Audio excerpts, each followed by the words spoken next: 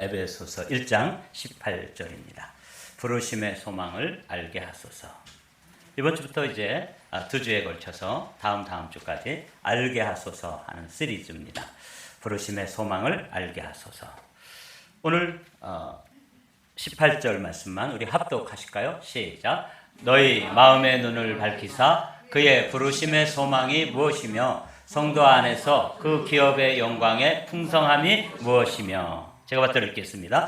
그의 힘의 위력으로 역사하심을 따라 믿는 우리에게 베푸신 능력의 지극히 크심이 어떠한 것을 너희로 알게 하시기를 구하노라. 지난주에 우리가 우리의 마음의 눈을 밝혀주십시오. 마음의 눈을 열어주십시오. 이렇게 함께 말씀을 나눴습니다. 우리가 이 세상에 있는 육신의 눈을 가지고 세상에서 돌아가는 걸 보면 뭐만 알 수 있냐면 현상을 알 수 있습니다. 그렇죠? 현상만 보고 사는 거예요.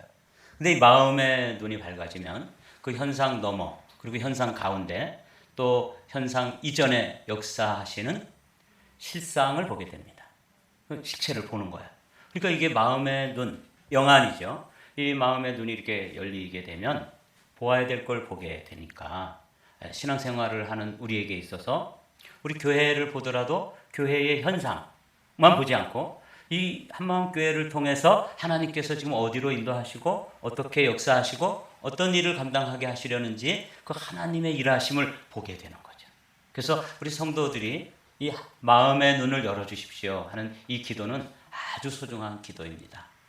저를 위해서든지 또 여러분의 자녀를 위해서든지 또 자신을 위해서든지 하여간 이 마음의 눈이 열려야지만 볼 수 있는 것을 볼 수 있기 때문에 너무 중요한 기도입니다. 여러분들이 지금부터 지난주부터 하셨죠? 여러분 삶에 기도할 때 마음의 눈을 열어주십시오. 목회자인 저도 이 마음의 눈이 실제로 열려야지만 이 목회를 제대로 할 수 있는 거죠. 그래서 여러분들을 어디로 인도해요? 주님께서 인도하시는 방향으로 인도할 수 있지 않겠습니까? 너희 마음의 눈을 밝히사. 근데 NIV 성경으로 지난주에 본 것처럼 이것은 우리 마음의 눈인데 킹 제임스 버전에서는 이것을 뭐라고 번역이 되어 있냐면은 여기 understanding. 이 understanding이라는 건 이해 또는 명철, 지혜 이런 뜻이 다 들어 있습니다. 그러니까 놀라운 눈이 이렇게 열려야지만 이해의 눈을 가지고 지혜의 눈을 가지고 명철의 눈을 가지고 이 세상을 바라볼 수 있기 때문에 사도 바울은 에베소 교회 성도들을 위해서 감옥에서 기도하는데 기도할 제목이 얼마나 많이 있습니까? 우리 교회 작은 교회인데도 아픈 분들도 있고 또 어려운 분들도 있고 또 인간관계 때문에 아파하는 분들도 있고 이런데 그런 기도 제목들이 많은데도 그 중에서 제일 먼저 지혜와 계시의 영을 주셔서 마음의 눈을 열어주소서, 마음의 눈을 밝혀주소서 이렇게 기도하는 거예요. 한번 해볼까요? 마음의 눈을 밝혀주소서. 시작. 마음의 눈을 밝혀주소서. 여러분들이 밝게 여러분들의 영적 안목이 열리게 되시기를 주님의 이름으로 축복합니다. 이 마음의 눈이 열려서 보아야 될 게 뭐냐면 부르심의 소망이에요. 이게 놀라운 일입니다. 이 바울이 기도하는 오늘은 그 마음의 눈이 열려서 첫 번째로 우리가 보아야 될 게 뭐냐면 보고 알고 믿어야 될 게 뭐냐면 부르심의 소망을 알게 하소서. 이렇게 기도한 거예요. 빌립보 교회 성도들에게 주신 말씀, 너희 안에서 행하시는 이는 하나님이시니 자기의 기쁘신 뜻을 위하여 너희에게 소원을 두고 행하게 하신다. 여러분, 부르심의 소망을 알게 하소서 하는 이 기도 제목은 사실은 그 의미로 이렇게 깊이로 들어가 보면 이거는 보통 사람들이 하는 기도가 아닙니다. 우리의 보통 사람들 대부분의 기도는 누구의 소원을 기도해요? 나의 소원, 우리의 소원을 하나님께 아뢰는 것이 99.9%의 기도입니다. 그런데 바울은 하나님의 소원이 무엇입니까? 누구를 향하신? 우리를 향하신 에베소 교회 성도들을 향하신 한마음교회 성도들 그리고 한마음교회 성도들 한 분 한 분을 향해서 그분이 가지고 계시는 계획, 그분의 꿈, 그분의 비전이 무엇이냐? 하나님 아버지의 꿈이 무엇입니까? 나를 통해서 이루시려고 하는 하나님의 큰 계획. 그분이 나를 부르셨는데 그냥 아무 뜻도 없이 부르시지 않고 뜻이 있단 말이죠. 계획이 있으시다. 그걸 하나님께 알게 해달라는 거예요. 그러니까 쉽게 얘기하면 하나님 소원이 있으시죠? 나에게 그 소원이 뭐예요? 제가 그 소원을 알고 주님의 소원을 좀 이루어드리기를 원합니다. 이런 통큰 기도예요. 우리 한방교회 성도들이 이 바울의 통큰 기도를 좀 카피해가지고 우리의 입술도 이제는 우리의 소원을 아뢰는 기도도 중요하지만 하나님의 소원을 묻고 하나님의 그 부르심의 소망, 그 비전, 그 계획을 따라서 우리의 삶이 직진하게 되시기를 주님의 이름으로 축복합니다. 이 기도가 오늘 우리가 지금 바울의 기도를 한번 배우기를 원하는 거예요. 이 빌립보 교회 성도들에게도 이걸 가르쳐 주는 거예요. 하나님께서 우리를 부르셨을 때 사실은 우리 안에 하나님의 소원을 두고 행하신다. 나오죠? 너희 안에 행하시는 이는 하나님이시니 그 하나님의 기쁘신 뜻을 위하여 너희에게 소원을 두고 그리고 신앙생활하고 우리를 하나님의 자녀로 인도해 가신다는 거예요. 여러분과 제가 이 하나님의 소원, 하나님의 그 큰 소원이 우리 안에 이루어지면 우리는 어떤 사람이 되냐면 성공한 사람이 되는 거예요. 진짜 성공한 사람이 되는 거예요. 왜냐하면 하나님께서 정병준 목사를 향하신 계획과 뜻이 있으셨는데 제가 그것을 알고 이루어 드린단 말이죠. 그러면 그게 뜻이 이루어지면 누가 제일 행복하겠어요? 1번 하나님이 행복하시고 두 번째로 누가 행복해요? 우리가 어마어마하게 행복한 사람이 되는 거예요. 그렇기 때문에 바울은 여러 가지 기도 제목들 아주 긴급하고 또 절박한 기도의 제목들이 있을지라도 에베소 교회 성도들을 위해서 내가 날마다 기도하는데 너희 마음의 눈을 밝혀주셔서 부르심의 소망을 알게 하소서 그렇게 기도했다는 거예요. 이 부르심의 소망을 알고 그 삶으로 살았던 그 삶을 부르심의 소망을 따라서 경영했던 인물들 한 두세 명을 살펴보겠습니다. 첫 번째는 믿음의 조상, 믿음의 원조죠. 그 믿음의 조상 아브라함을 한번 살펴보겠습니다. 내가 너로 큰 민족을 이루고 내게 복을 주어 내 이름을 창대케 하리니 너는 복이 될지라. 이게 하나님의 계획이에요. 그 시대에 우상을 만들고 우상을 팔아가지고 생계를 이어가고 그렇게 살던 아주 평범한 한 인물을 향해서 하나님이 관심 가지시고 주목하시고 그를 부르셨어요. 그래서 여기 나오는 주어가 누구냐면 내가 이렇게 나오죠. 여러분 이 성경 66권의 주어가 누구냐면 딱 한 분이십니다.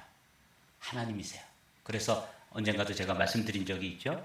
이 성경, 이 세상의 주어는 딱 한 분이에요. 하나님. 그래서 그 주어를 뭐라고 부르냐면 진주어다 그렇게 부르는 거예요. 진주어. 그리고 여기 나오는 아브라함 그리고 잠시 후에 살펴볼 인물들에 대해서는 그분들도 어떤 사건과 어떤 시간에 그분들이 주인공처럼 드러나잖아요. 그 사람들을 뭐라고 부르냐면 가주어라 그렇게 부르는 거예요.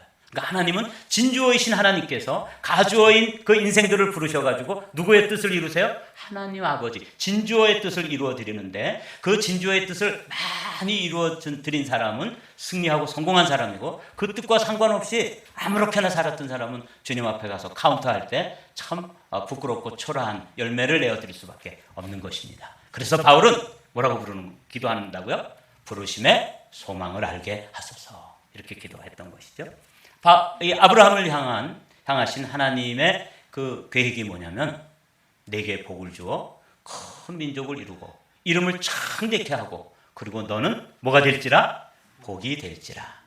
이게 믿음의 조상이고 그 믿음의 후손들은 다 이 부르심에 다 해당되는 사람입니다. 빨간 하이라이트만 힘주어서 읽어보겠습니다. 시작. 너는 복이 될지라. 여러분이 여러분에게 명령하십시오. 아브라함에게 진주어이신 하나님이 가주어인 아브라함에게 너는 복이 될지라. 어떤 분은 이 복이 된다는 이 말을 아주 우리 현대인들이 이해하기 쉽게 너는 복의 유통자가 되어라 그러더라고요. 유통하는 거 아시죠? A 장소에서 복을 사가지고 B 장소에 가서 팔고 또 B 장소에서 복을 사가지고 C 장소에서 팔고 그러는데 하나님의 자녀인 우리들 믿음의 후손인 우리들은 하늘에서 복을 사가지고 복을 얻어가지고 그 복을 어디다가 풀어놓는 거예요? 이 땅에다 풀어놓는 거예요. 여러분 가정에, 여러분 자녀들의 삶에, 우리 자신의 삶에, 이 교회에. 그래서 뭐라고 했다고요? 너는 복이 될지라. You will be a blessing. 이렇게 돼요. 얼마나 놀라운 선언입니까? 이 일을 위해서 하나님께서 아브라함을 부르셨다는 거예요. 아브라함은 이 부르심의 소망을 알았기 때문에 하나님께서 나를 복덩어리로 부르셨구나. 내가 가는 곳마다 복을 유통시켜야 되는 거구나. 그래서 그는 그의 삶을 이 부르심의 소망을 알았기 때문에 그 삶으로 어떻게 한 거예요? 직진한 거예요. 좌로나 우로나 치우치지 않고 그 길로 곧바로 가게 되는 것이죠. 여러분들에게도 이러한 은혜와 복이 있게 되시기를 주님의 이름으로 축복합니다. 여러분들이 있는 곳에 복이 유통되어서 어느 곳에 가 있든지, 마치 요셉이 보디발의 가정에 가면 보디발의 가정이 복을 받고, 옥에 들어가면 그 옥이 복을 받고, 그리고 또 이 요셉이 한 나라를 다스리고 또 섬기면 그 나라 전체가 복을 받는 그런 복의 유통자가 되시기를 주님의 이름으로 축복합니다. 이게 믿음의 사람 아브라함을, 믿음이 없던 아브라함을 불러서 믿음의 사람으로 세우시고 하나님께서 그를 통해서 하시고자 하는 일이에요. 그 복이 유통되면은 뭐 다 흘러가니까 나 아무것도 없다? 그렇지 않습니다. 여러분, 수도관이 있으면 수도관에서 계속 복을 이제 흘려 보내잖아요. 유통시키지만 그 수도관에는 항상 뭐가 가득 차 있어요? 복이라고 대답하십시오. 뭐가? 복이 가득 차 있는. 이게 복의 유통자들이 누리는 어마어마한 은혜예요. 이거 지금 아브라함을 그렇게 부르신 거잖아요. 하나님은 시대마다 복의 유통자로 복이 되는 사람들을 다른 또 부르심으로 부르십니다. 모세를 부르시는 하나님. 그 부르심의 소망이 무엇인지 볼까요? 이제 내가 너를 바로에게 보내요. 너에게 내 백성 이스라엘 자손을 다 같이 시작. 애굽에서 인도하여 내게 하리라. 그렇습니다. 이게 그를 아브라함처럼 복의 유통자로 불러가지고 그 시대 히브리 노예들이 이집트에서 종살이하고 있고 노예로 살아갈 때 그들을 부르셔서 자유케 하는 일, 이거보다 더 복된 일이 어디 있습니까? 너는 그 일을 위해서 나의 복이 되어다오. 그렇게 부르심을 받은 사람이 누구라고요? 모세라고요. 이 모세라는 이름의 뜻은 물에서 건져냄을 받았다, 그런 뜻이에요. 네, 모세를 부를 때 하나님께서 두 번 부르십니다. 모세야, 모세야, 이렇게 부르시거든요. 내가 너를 건져내었다. 그러니 너도 또 너의 동족들, 히브리 노예들을 건져내어라. 그렇게 부르시는 거예요. 얼마나 놀랍습니까? 성경의 말씀들은 단 한마디도 그냥 흘러갈 게 없어요. 내가 너를 건져주었다. 그러므로 너도 복의 유통자가 되어서 그 압박과 또 매임과 또 서름과 눌림 가운데 있는 나의 백성을 불러내어라. 그렇게 그분이 모세를 부르시는 거예요. 이게 부르심에서 모세는 80세에 이 부르심을 받습니다. 그 가시떨기 불꽃 가운데서 그 장면 가운데서 I am that I am. 나는 여호와니라. 나는 스스로 있는 자니라 라고 자신을 계시하신 그 하나님을 만나는 순간에 그 가시떨기에 붙어있던 불꽃이 모세의 가슴에 확 옮겨 붙는 거야. 그러면서 그 불덩어리가 되어가지고 이제 나머지 120살까지의 삶을 사는 거죠. 어떤 사람으로? 건져내어 주셨으니 건져냄을 받은 사람.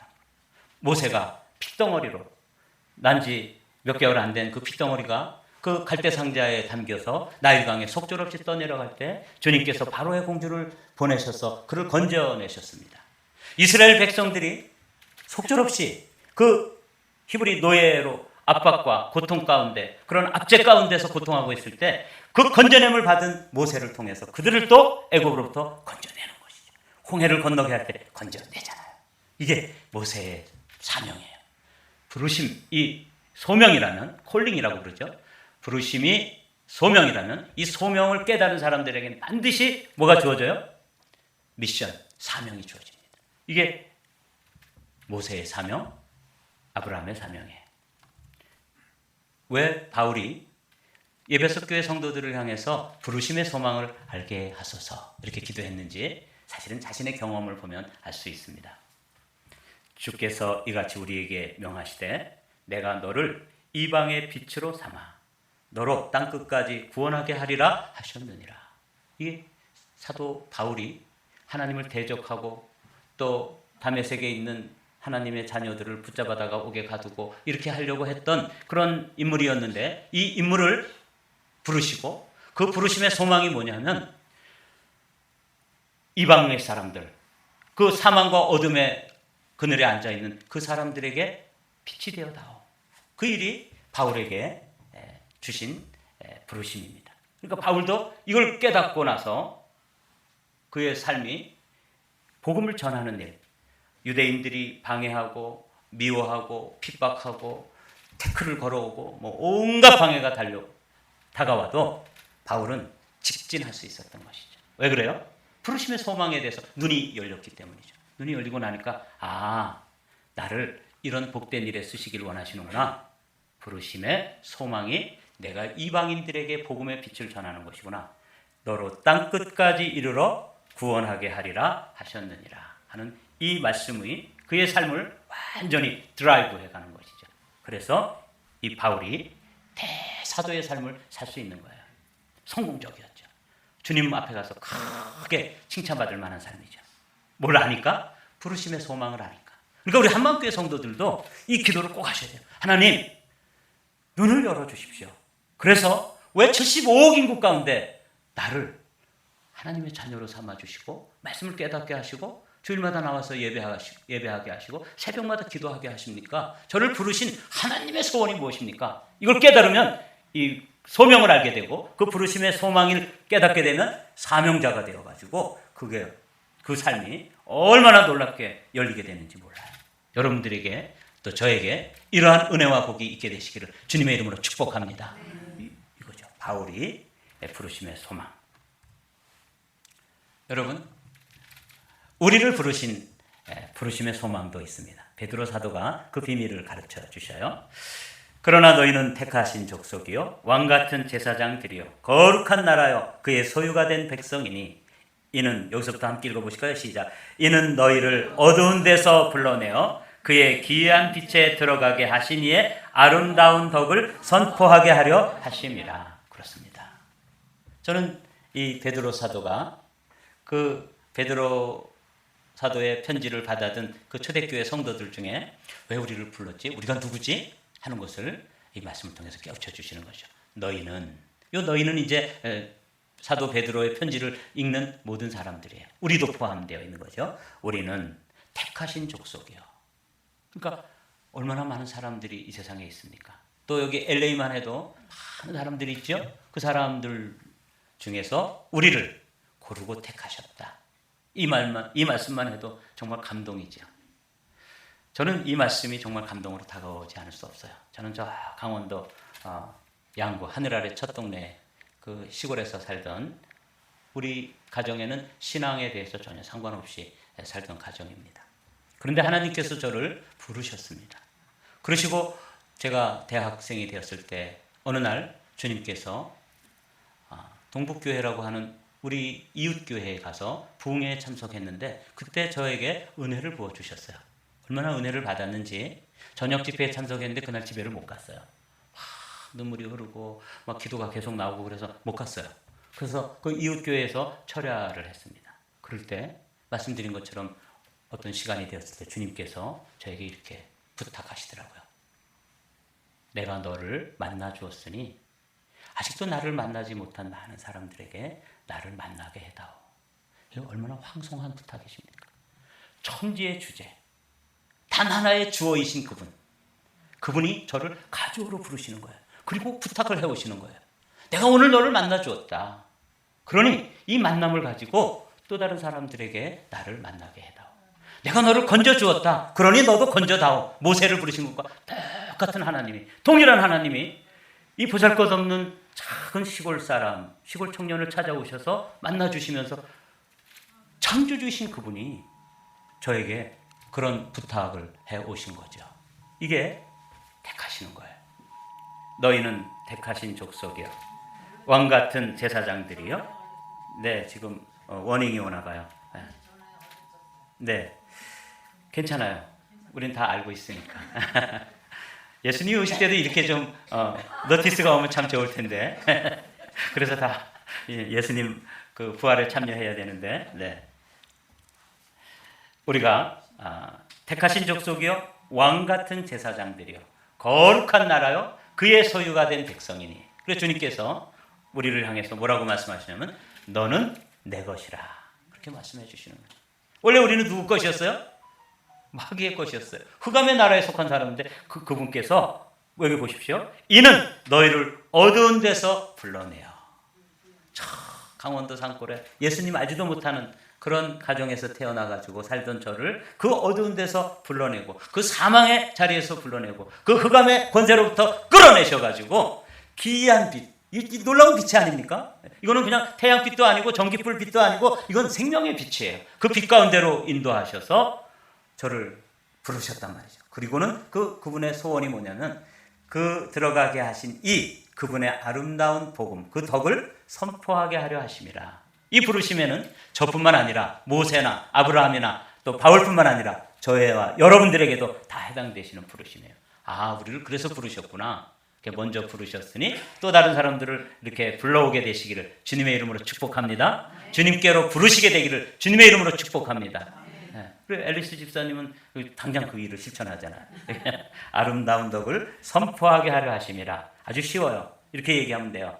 Come and see. 이렇게 얘기하면 돼요. 와서 보라. 그러면 되는 거거든요. 여러분들도 이 부르심에 충실하게 되시기를 주님의 이름으로 축복합니다. 이 시대를 부르시는 부르심도 있어요. 사실은 아브라함 시대에도 아브라함을 부르셔서 그 시대를 향해서 복의 근원이 되도록 하시고, 모세 시대에도 똑같이 복의 그 역할을 하도록 하셨는데, 그 시대는 히브리 노예들을 빛 가운데로, 어두운 데서 불러내서 빛 가운데로 인도하고 그 노예로부터 건져내서 약속의 땅으로 인도하게 하시는 것이 그분의 방법이었다면, 바울은 이방인들에게 복음이 전해지도록, 그래서 그 복음이 숨가쁘게 달려와 가지고 우리에게까지 이르게 된 거예요. 우리는 히브리인들이 아니잖아요. 우리는 주이시가 아니잖아요. 그런데도 어쩌면 예수님이 그리스도라고 하는 이 복음이 믿어지고 우리에게까지 다가와 가지고 우리가 이렇게 모여서 예배를 드리게 됐냐고요. 이 그냥 여러분들만 봐도 이게 사실은 뭐예요? 이 기적입니다. 그렇지 않겠어요? 2000년이 지난 예수 그리스도께서 십자가에 죽으시고 부활하시고 그분이 승천하신 2000년이 지난 지금도 유대인들 가운데는 예수님을 그리스도로 못 믿는 사람들이 얼마나 많은지 몰라요. 그런데 우리가 예수님을 그리스도로 믿게 되었다는 이 사실만으로도 우리 자신이 뭐라고요? 기적의 증거입니다. 그렇습니다. 그런데 이 마지막 시대에 우리에게 부르심의 소망이 있습니다.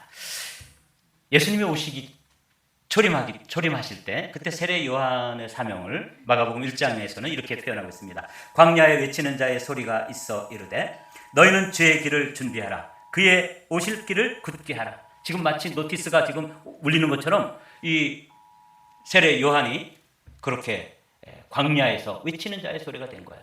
The voice of wilderness.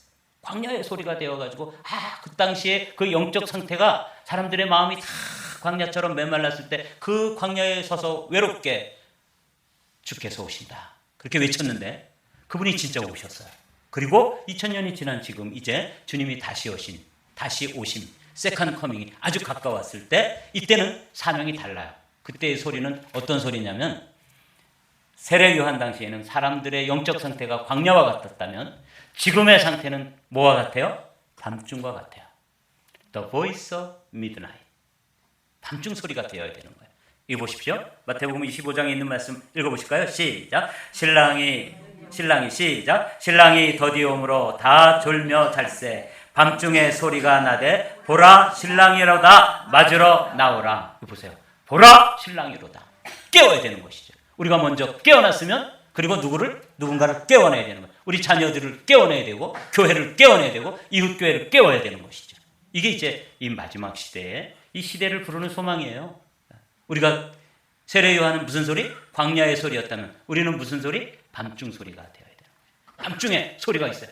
다 졸며 잤다 그랬어요. 여기 보면 신랑이 더디옴으로. 신랑이 누구십니까? 예수님. 이분이 진주어세요. 진주어이신 그분이 오시려고 그러는데 우리가 준비가 안 돼서 오늘도 미루시고 또 늦추시고 이러면서 그분이 더디오니까 사람들이 다 졸며 잠이 들어 있을 때 그 한밤중에 깨어있는 교회가 있어야 되는 거예요. 깨어있는 목회자가 있어야 되고 깨어있는 성도들이 있어야 되는데 그 주인공이 한밤교회가 되시기를 주님의 이름으로 축복합니다. 밤중 소리가 되어지는 이 시대의 영적 상태는 한밤중이에요. 그러나 밤이 깊어가면 언제가 가까워요? 새벽이 가까우는 거죠. 그 새벽녘을 향해서 그 새벽을 깨우며 우리는 뭐라고 외쳐야 되냐면 보라 신랑이로다. 이게 마지막 때의 메시지예요. 보라 신랑이로다. 그분이 오신단 말이죠. 우리가 이 사명에 우리 한마음교회가 충성되게 되기를 주님의 이름으로 축복합니다. 이렇게 부르심을 그 소망을 깨달은 사람들, 그 소명의식이 있는 사람들이 사명감을 가지고 어떻게 감당했느냐 바울이 가르쳐줘요. 내가 달려갈 길과 주 예수께 받은 사명, 이 사명이 나오죠. 이게 미션입니다. 그 사명 곧 하나님의 은혜의 복음을 증언하는 일을 마치려 하면은 노란 하이라이트 다 같이 시작. 나의 생명조차 조금도 귀한 것으로 여기지 아니하노라. 순교의 믿음을 가지고 말씀을 증거하기 위해서 밤중 소리가 되어서 보라 신랑이로다. 이 시대는 이 복음을 외쳐야 돼요. 예수님이 다시 오십니다. 그분이 다시 오셔서 우리도 그 부활의 아침에 깨어나는 것이죠. 어제 저녁에 여러분들이 죽은 듯이 잠들었다가 오늘 아침에 이렇게 다들 일어나서 깨어나신 것처럼 어느 날 부활의 아침에 죽은 자들이 일어나고 우리가 호련히 변화되면서 보라 신랑이로다. 그 신랑 대신 예수께서 오시는 것을 다 보게 될 거예요. 사랑하는 성도 여러분, 그 일을 감당하는 데 있어서 사도 바울은 나의 생명을 조금 더 귀한 것으로 여기지 아니했다. 이렇게 고백하고 선포하지 않습니까? 여러분, 우리도 이 부르심의 소망에 대해서 눈이 확 열리면 목숨 거는 거죠. 삶을 거는 거죠. 거기다 내 삶을 올인하는 거죠. 그래서 저는 부르심의 소망을 알았기 때문에 저의 삶을 겁니다.